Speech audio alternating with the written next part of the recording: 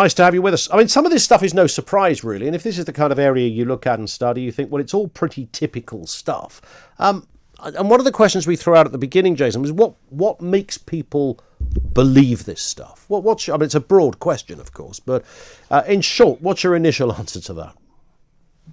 Well, it depends who we're talking about, whether we're talking about the followers or the leaders. Yeah. But certainly for the followers, while we might look at them in their tinfoil hats and think they're crazy or completely irrational, for them there is a central belief which is rational and true, which guides them, and that is the belief that there is a global conspiracy, that there are a relatively small number of people around the world who, by various means, are controlling our actions and are doing so to their own benefit.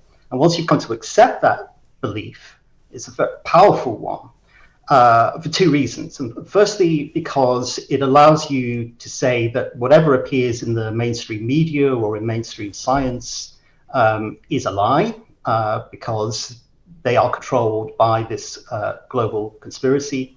And the second thing it does is to give you a very handy explanation for a whole series of complex events from the financial crisis of 2008 right up until COVID now. So, in fact, once you believe the basic premise of this, then everything else feeds into it and falls nicely into place. Yeah, I'd say that was the case. So, I mean, you could look at people in the crowd on the weekend at Trafalgar Square and say, do they all completely buy what what's her name, Shamani has got to say? And they might not buy the idea that, Bill Gates goes around the world into laboratories and puts invisible trackers into every vial of COVID vaccine, but they'll still believe that central kind of premise. And then it allows them to believe what we might be more believable things about how the global elites controls our thoughts and our actions. So that's the absolutely central belief, and then it's examining why people come to have that belief and how it's reinforced through the connections that they make with others who believe.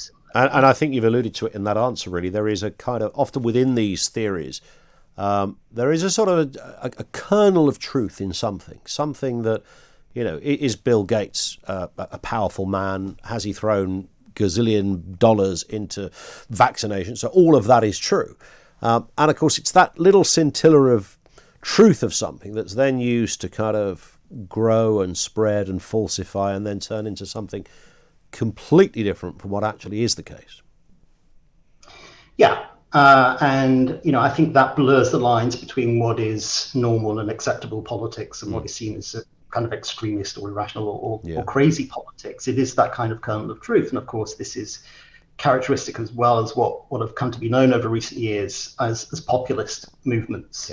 Populist figures are often characterized as people who say things that other people won't say but are fundamentally kind of true, and you listen to them because it then legitimizes them saying all kinds of things that people would find unacceptable because of this kernel of truth that they hold on to. Indeed. And it's cultish, isn't it? I mean, I think that probably is the right word in this respect, because you'd think, you have somebody. I've had very senior epidemiologists on the world's best, if you want to look at it that way, on the program, and they will explain their work and what they're doing and how this whole COVID thing has unraveled and where it's going or where they suspect it's going. And it takes nothing for somebody to tweet in afterwards saying they're talking a load of rubbish. And I think, hang on a sec, what are you basing that on? It's not usually based on any fact. Nobody is really countering the intellectual side of their argument. It's just a desire to not believe something, and that desire becomes maybe hypnotic almost to some. Yes, but then I also think that many of the followers are deeply invested in social media sites, on internet sites, which do present their own evidence, right? Or it's presented as being evidence, and it makes sense. It makes sense to them. And when you see this evidence, you are armored with these ready-made arguments about what's presented to you in the mainstream media and mainstream science, and the knockdown position remains, well, you're saying these things because of the interests that lie behind you, that are prompting you to say and to do these things. So that's why I'm wary about sort of dismissing the idea that there's any evidence for what these people might say.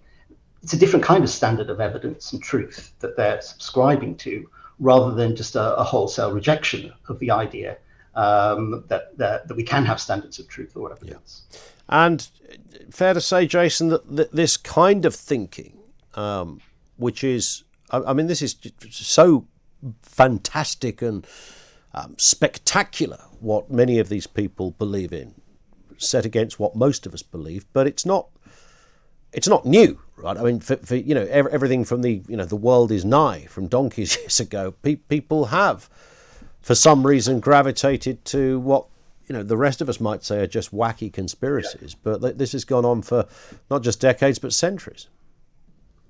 Yeah, absolutely. And there's a great, vast literature in history and sociology on these kinds of movements. I mean, if you think about beliefs in witchcraft and witches as the modern world was emerging in Europe, a lot of that was thinking about the way that a dominant discourse of science and reason began to bring into question these beliefs that had long been in play, and indeed were in play till really quite late on. We're talking about the 18th century, when there were still people, agents of the state, going around making accusations about witches and witchcraft.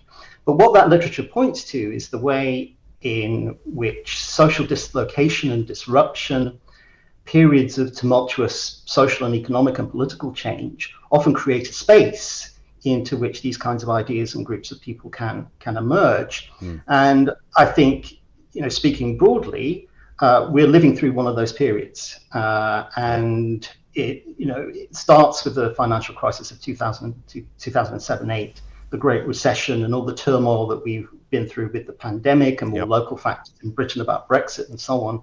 All of these things have created this environment in which people want to turn to these easy solutions to what are in fact really difficult kinds of problems. The terrain is ripe, as it were. Jason, thank you